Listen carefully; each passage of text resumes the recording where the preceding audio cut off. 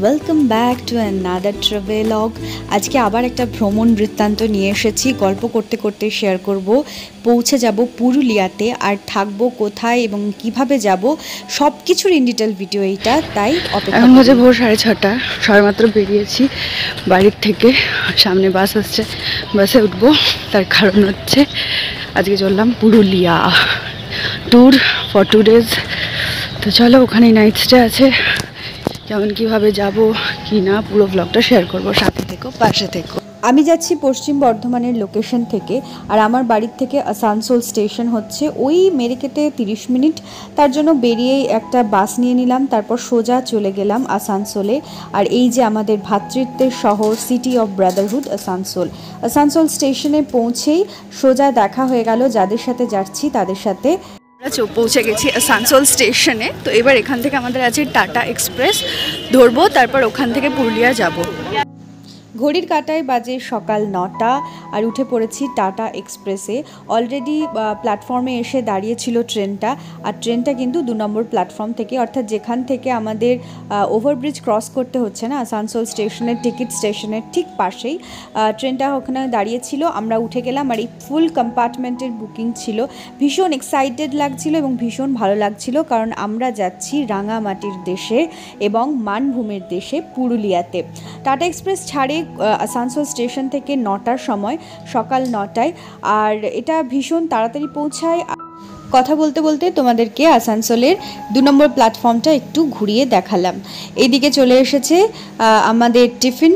আমাদের টিফিনে ছিল একটা করে বক্স, যার মধ্যে ওই ব্রেড এবং তার সাথে ছিল কলা, ডিম সিদ্ধ এবং তার সাথে ছিল কেক।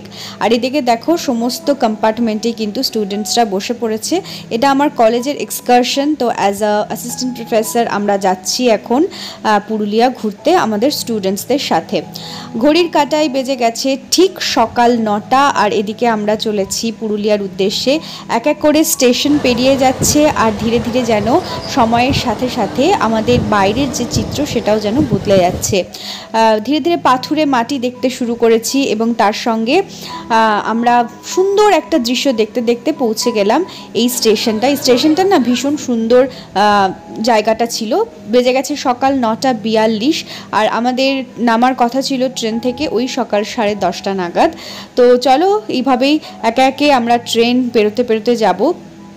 তারপর আমরা যখন জয়চণ্ডী পেরোলাম, জয়চণ্ডী পেরোনোর সময় আমরা ওখান থেকে দেখলাম জয়চণ্ডী পাহাড়, এবং বুঝে গেলাম যে আমরা চলে এসেছি মোটামুটি পুরুলিয়ার ধারে কাছেই।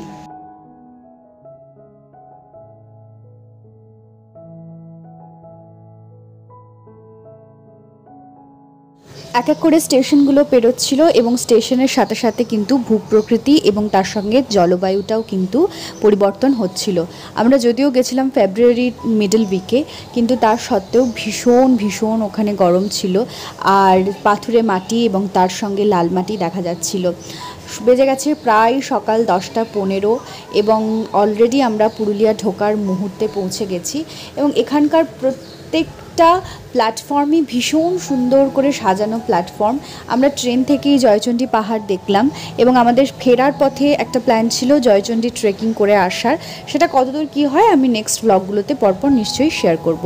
এরপর যেহেতু চলে এসেছি আমরা কলেজ এক্সকারশনে, তাই আমরা একটা গ্রুপ ফটো তো নিতেই হবে, এবং সেই কারণে স্টুডেন্টসদেরকে ওখানে সবাইকে মিলে একসাথে রাখা হচ্ছিল, যাতে করে একটা গ্রুপ পিকচার তোলা হয়। খুব সুন্দর করে একটা গ্রুপ পিকচার তোলা হয়েছে এত জনে মিলে।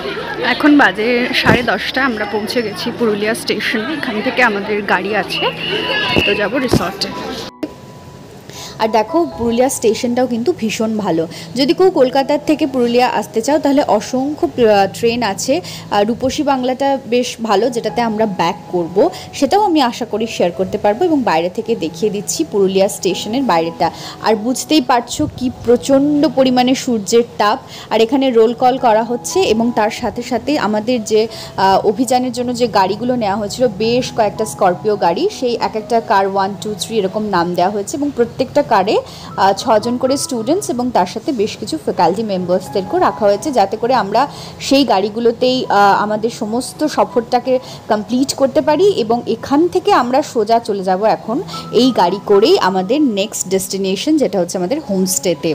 পাহাড় কেটে কেটে তৈরি হয়েছে ঘোরানো ঘোরানো রাস্তা, সেই রাস্তা ধরে সোজা চলে গেলাম অযোধ্যা হিল টপে, কারণ ওখানে আমাদের রিসর্ট, আর রিসর্ট যাওয়ার পথে ছিল আমাদের ফার্স্ট সাইট সিন, সেটা হচ্ছে অযোধ্যা হিল টপ। এখানে এসে প্রত্যেকটা গাড়ি পরপর দাঁড়ালো এবং আমাদেরকে এই সুন্দর অপূর্ব সুন্দর দৃশ্যটা দেখানো হলো, যেটা সত্যি ভীষণ ভীষণ ভালো। ঝট করে তোমাদের সাথে আমি আমার আউটফিটটা একটু শেয়ার করে নিই। এই কুর্তিটা, উলেন কুর্তিটা আমি অনলাইনে পারচেস করেছি, আর একটা জিন্সের জ্যাকেট দিয়ে এটাকে স্টাইল করেছিলাম, এবং জিন্সের জ্যাকেটটা তো আমার পুরুলিয়া স্টেশনে নেমেই খুলতে হয়েছে। আর জুয়েলারিগুলো সবই আমার এক স্টুডেন্টসের থেকে নেওয়া, যে হ্যান্ডমেড জুয়েলারি ভীষণ ভালো বানায়। তারপরে সোজা চলে এলাম আমাদের অযোধ্যা হিল টপের এই রিসর্টটাতে। এই রিসর্টটা না ভীষণ সুন্দর, একদম কটেজ স্টাইলে তৈরি, আর আসার সাথে সাথে আমাদেরকে একটা ওয়েলকাম ড্রিঙ্ক দিয়েছিল ওই লেবুর সাথে বেশ কিছু চিনি নুন দিয়ে। তারপরে আমরা সোজা চলে আসলাম আমাদের জন্য যে রুমটা বুক ছিল সেই রুমটা। প্রত্যেকটা কটেজ আলাদা আলাদা করে এরকমভাবে রাখা এবং অপূর্ব সুন্দর দৃশ্য। কটেজটা দেখতে আমার ভীষণ ভালো লেগেছে। যদি কেউ এখানে টাইম স্পেন্ড করতে চাও তাহলে নিশ্চয়ই এখানে আসতে পারো। আমি এটার কন্ট্যাক্ট ডিটেলস নিশ্চয়ই নেক্সট ব্লগে শেয়ার করবই তোমাদের সাথে। চলো তোমাদের সাথে রিসর্টের বাইরের যে ভিউটা সেটা একটু শেয়ার করে নিই।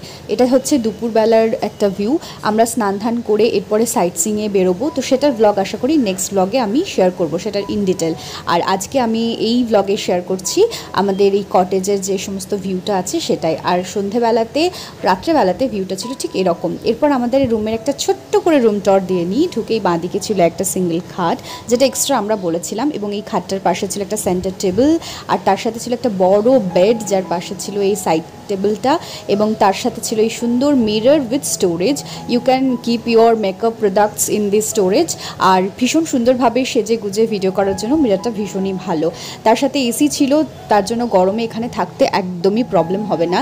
যারা ভাবছো যে অযোধ্যার হিল টপে থাকবে একদম, তারা কিন্তু এই রিসর্টটা অনায়াসেই বুক করতে পারো, কারণ পুরুলিয়া শহরের থেকে, পুরুলিয়াকে দেখার থেকে একদম জঙ্গলের মাঝখানে, পাহাড়ে ঘেরা জঙ্গলের মাঝখানে একদম হিল টপে থেকে একটা অনন্য অনুভূতি তোমরা নিশ্চয়ই অনুভব করতে পারবে এই সমস্ত হিল টপ রিসর্টগুলোতে থেকে। চারধারে কেউ নেই, শুধু শূন্যতা, তোমরা শুধু একা, এবং একটা প্রকৃতির সাথে নিবিড় বন্ধন গড়ে উঠবে নিশ্চয়ই। রুমে আমাদেরকে প্রোভাইড করা হয়েছিল টিভি, এবং তার সাথে ছিল এসি। এই সমস্ত অ্যামেনিটিসগুলো তো ছিলই, তার সঙ্গে বড় বড় জানলা, যেগুলো পর্দা দিয়ে ঢাকা রয়েছে এই মুহূর্তে, এবং জানলা খুললেই একদম অনন্ত বিস্তৃত জঙ্গল, অদ্ভুত সুন্দর একটা অনুভূতি হবে। আর এরপরে চলে আসি সোজা আমাদের এই রুমের একটা কাবার্ড দিয়েছিল, যেখানে তুমি অনেক কিছু জিনিসপত্র রাখতে পারবে, তার কারণ স্টোরেজটা ভীষণই বড়। চলো দেখে নিই কাবার্ডটা কীরকম ছিল। তোমাদের দেখলেই বুঝতে পারবে, তোমরা যে যত খুশি জিনিস নিয়ে আসো, কি ড্রেস নিয়ে আসো, এখানে তোমরা কিন্তু রাখতে পারবে। আর প্রত্যেকটা রুম অনায়াসে 4 থেকে 5 জন মিলে শেয়ার করা যাবে। আর যদি তোমাদের এক্সট্রা বেড লাগে বা এক্সট্রা যদি কোনো ম্যাট্রেস লাগে, তারা সহজেই প্রোভাইড করে দিচ্ছে। আমি কন্ট্যাক্ট ডিটেলসটা নিশ্চয়ই শেয়ার করব ডেসক্রিপশন বক্সে, প্লিজ দেখে নিও। এরপরে তোমাদেরকে শেয়ার করছি আমাদের যে ওয়াশরুমটা ছিল, কারণ যেখানেই যাই মেইন আমাদের যেটা প্রথমেই দেখি সেটা হচ্ছে ওয়াশরুম কেমন আছে, কি কি ফ্যাসিলিটিস আছে।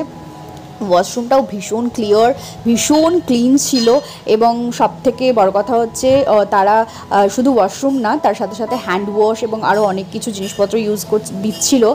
এবং তার সাথে আমার যেটা মেইনলি সেটা হচ্ছে, আমি সারা বছরের মধ্যে 2 মাস বাদ দিয়ে সারা বছরই গরম জলে স্নান করি, so geyser is very important for me. আর এখানে গিজারটাও প্রোভাইড করা হয়েছিল, যেটাতে আমি ভীষণ ভীষণ খুশি হয়েছি। তো আশা করি তোমাদেরকে ভালো করে ঘুরিয়ে দেখালাম রিসর্টটা, এবং রাত্রেবেলার ভিউও দেখালাম, এবং তার সাথে সকালের ভিউটাও শেয়ার করলাম।